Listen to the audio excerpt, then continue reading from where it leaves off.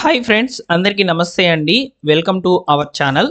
So రాష్ట్ర వ్యాప్తంగా గ్రామ వార్డు సచివాలయాల్లో ఎన్పిసిఐ అనేది లింక్ లేకుండా ఉన్నటువంటి వాళ్ళ యొక్క లిస్ట్ అనేది గవర్నమెంట్ అప్డేట్ చేసి అయితే జిల్లాల వారీగా అయితే ఉన్నటువంటి గ్రామ వార్డు సచివాలయాలకు అయితే పంపించడం జరిగింది.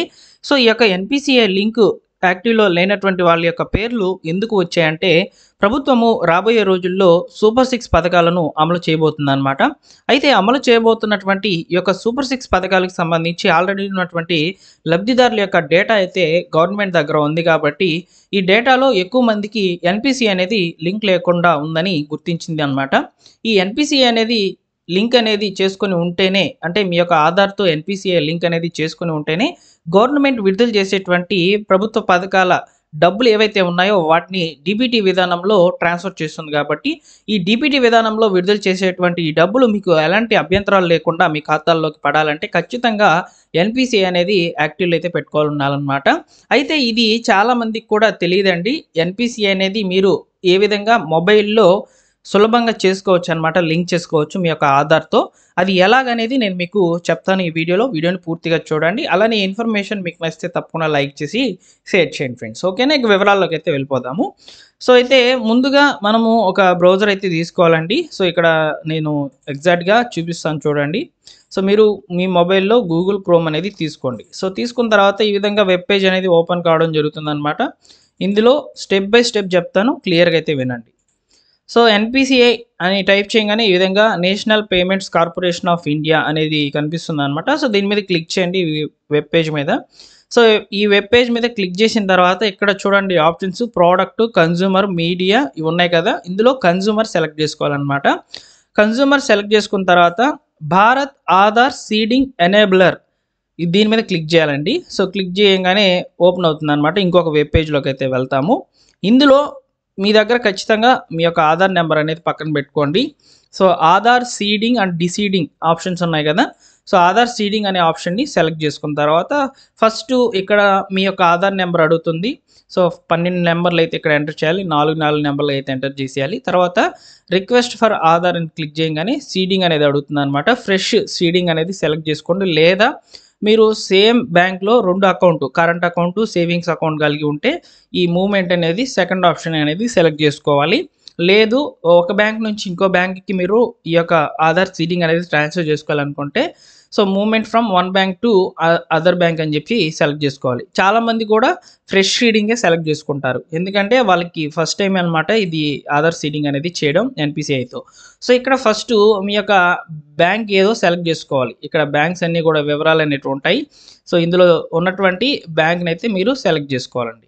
సో సెలెక్ట్ చేసుకున్న తర్వాత నెక్స్ట్ అకౌంట్ నెంబరు, మీరు ఇచ్చినటువంటి బ్యాంక్లో ఉన్నటువంటి అకౌంట్ నెంబరు ఫస్ట్ ఇక్కడ ఎంటర్ చేయాలి. తర్వాత ఆ అకౌంట్ నెంబర్ని అయితే కన్ఫర్మ్ చేసి ఈ చెక్ బాక్స్ మీద క్లిక్ చేసిన తర్వాత ఇక్కడ కనిపిస్తున్నటువంటి ఈ నెంబర్లను అయితే ఎంటర్ చేయాలి. ఎంటర్ అబోవ్ క్యాప్చా అని చెప్పి సబ్మిట్ చేసినట్లయితే ఈ యొక్క ఆధార్తో లింక్ అయి ఉన్నటువంటి మొబైల్ నెంబర్కి అయితే ఒక ఓటీపీ సెండ్ చేయడం జరుగుతుందన్నమాట.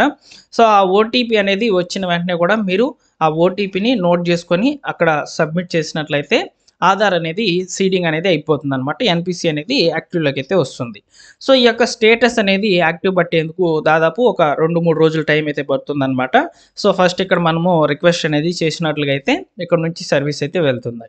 సో ఈ విషయము చాలామంది తెలియక ఒక 50 రూపీస్ ఛార్జెస్ పే చేస్తున్నారు చాలామందికి కూడా సర్వీస్ సెంటర్లలో, అదేవిధంగా కామన్ సర్వీస్ సెంటర్లలో, మీ సేవా కేంద్రాల్లో అయితే ఈ సర్వీస్ కొరకు చాలామంది అయితే వెళ్తారు. రాబోయే రోజుల్లో మీకు ముందుగా ఉపయోగపడుతుందని నేను మీకు ఈ వీడియో అయితే చేస్తున్నాను అనమాట.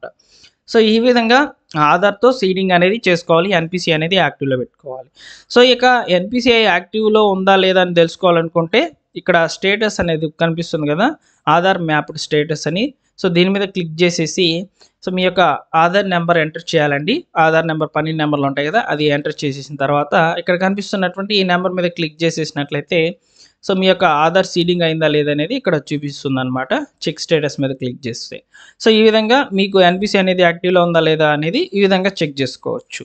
సో ప్రభుత్వము ప్రజెంట్ తల్లికి వందనం, అదేవిధంగా ఈ యొక్క అన్నదాత సుఖీభావ పథకాలకు సంబంధించినటువంటి పాత లబ్ధిదారులు ఎవరైతే ఉన్నారో వారి యొక్క లిస్ట్ అనేది అప్డేట్ చేసి ఉందన్నమాట. గ్రామ వార్డు సచివాలయాల్లో ఎవరైతే ఎన్పిసి అనేది యాక్టివ్లో పెట్టుకోలేదో వారికి సంబంధించి అయితే ఈ లిస్టు ఓపెన్ చేసిందనమాట. సో గ్రామ వార్డు సచివాలయంలో ఉన్నటువంటి వాళ్ళు చెప్తారు, మీకు ఇంటిమేట్ చేస్తారు, ఎన్పిసి అనేది మీకు లింక్ లేదండి చేయించుకోండి అని కాల్ చేయడం లేదా చెప్పడం అనేది జరుగుతుందన్నమాట. సో కాబట్టి ఎన్పిసి అనేది యాక్టివ్లో అయితే పెట్టుకోండి. రాబోయే రోజుల్లో ప్రభుత్వ పథకాలు అనేటివి వరుసగా అయితే రాబోతున్నాయి అన్నమాట. వాటికి సంబంధించిన ఇన్ఫర్మేషన్ కొరకు మీకు వెంటనే వీడియోస్ అనేటివి చేస్తాను. అసలు అకౌంటే ఇక్కడ కనిపించడం లేదు, ఎన్పిసి అనేది యాక్టివ్లో చేసుకునేందుకు అనుకున్నటువంటి వాళ్ళు మీరు ఖచ్చితంగా బ్యాంక్ అయితే విజిట్ చేయాల్సి అయితే ఉంటుంది. బ్యాంక్లో ఉన్నటువంటి వాళ్ళు ఎన్పిసి అనేది యాక్టివ్ చేస్తారనమాట బ్యాంక్ సర్వర్ నుంచి. అసలు అకౌంటే లేదు అనుకున్నటువంటి వాళ్ళు మీ యొక్క ఊర్లోనే పోస్ట్ అకౌంట్ అనేది ఓపెన్ చేసుకోండి. పోస్ట్ అకౌంట్ ఎన్పిసిఐతో యాక్టివ్ చేస్తూ ఓపెన్ చేస్తారనమాట. సో పోస్ట్ అకౌంట్ ఉంటే మీకు మంచిది, ఓకేనా.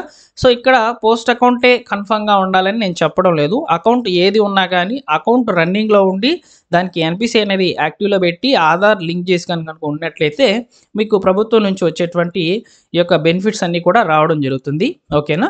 సో ప్రభుత్వం డిపిటి విధానంలో డబ్బులను ట్రాన్స్ఫర్ చేస్తుందండి. ఆధార్తో లింక్ అయి ఉన్నటువంటి అకౌంట్కి డబ్బులు అనేటివి ట్రాన్స్ఫర్ చేసేస్తారనమాట.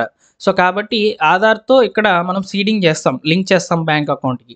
అదేవిధంగా దీనికి ఎన్పిసి అనేది యాక్టివ్ పెడతాం అనమాట, సింపుల్గా చెప్పాలంటే.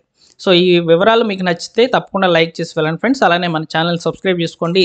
లేటెస్ట్గా గవర్నమెంట్ విడుదల చేసేటువంటి ప్రభుత్వ పథకాల అప్డేట్స్ మీరు వెంటనే కూడా తెలుసుకునేందుకు అవకాశం అయితే ఉంటుంది. Thank you for watching.